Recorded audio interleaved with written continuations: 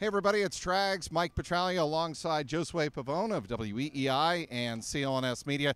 This is the Garden Report powered by CLNS Media. The Celtics take care of business in game number 5.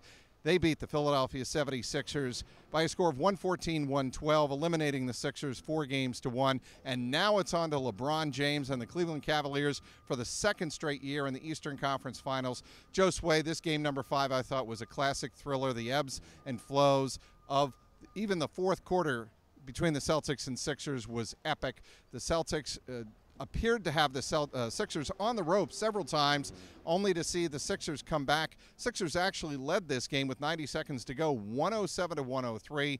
Then the Celtics make their final run. Jason Tatum played a huge role in this game. Big part. I mean, he seemed like it was a mismatch, whether it was down low or when you put the ball, to the ground. You just saw the sort of tenacity and the attack that you wanted to see from the young guy, especially at, his young age and especially on such a big stage. But also, I feel like the Celtics defense played a big role in this one. Of course, the biggest stop was, of course, what happened at the rim. I mean, Aaron Baines played one heck of a game. He did. Underrated. Huge stop against Embiid. And, of course, even Embiid brought that up. He said that, listen, heading into the series, I did say the Miami Heat were more physical than Boston Celtics were in Game 1.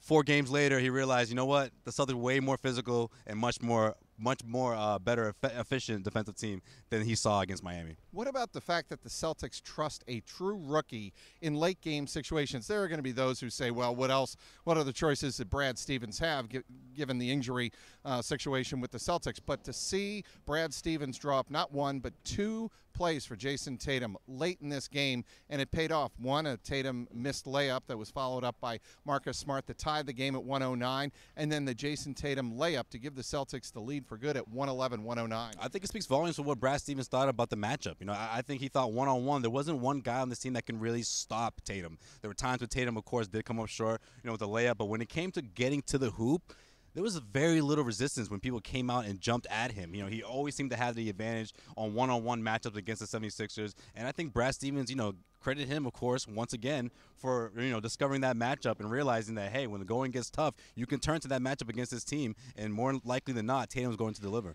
What about the 76ers and Celtics now, the rivalry going forward? Several of the Sixers, I should say, were asked about it after the game. Joel Embiid and Ben Simmons are embracing it. Brett Brown telling his team after the game, the road to greatness in the Eastern Conference Finals is always going to go through the Boston Celtics.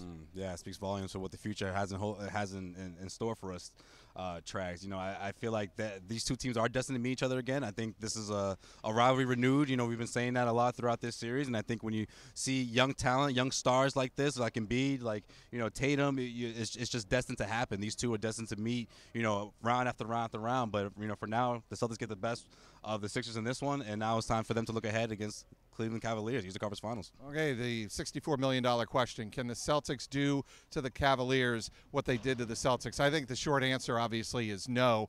The Cavaliers are very much a tested team, and we know that they're going to turn to LeBron. LeBron is, as Brad Stevens said, playing phenomenal, out-of-his-mind basketball.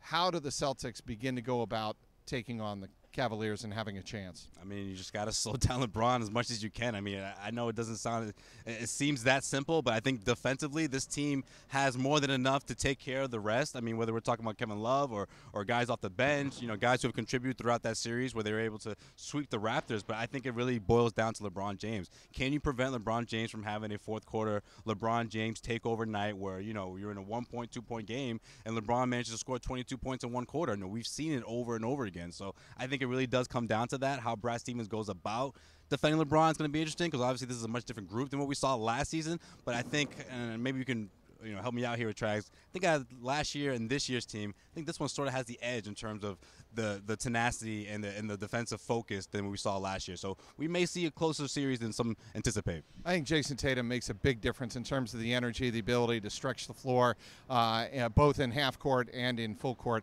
It'd be interesting to see, of course, the Celtics remember what happened last year. A lot of the players do anyway. Al Horford was talking about it after the game, as was Jaylen Brown. They remember the 40-point loss in Game 2 here on a home court last year in the Eastern Conference Finals. They were blown out, of course, in Game number 5 as Cleveland won the series 4-1.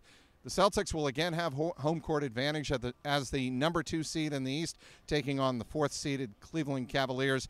That series begins on Sunday at 3:30 here at TD Garden. Game number 2 will be Tuesday night at 8:30 before the series shifts to Lake Erie, the shores of Lake Erie and Cleveland, Ohio. We'll have you covered on CLNS Media, of course, clnsmedia.com. Follow us on Twitter at Celtics CLNS. This has been the Garden Report, powered by CLNS Media. For Josue Pavon, I'm Mike Petraglia, CLNS Media.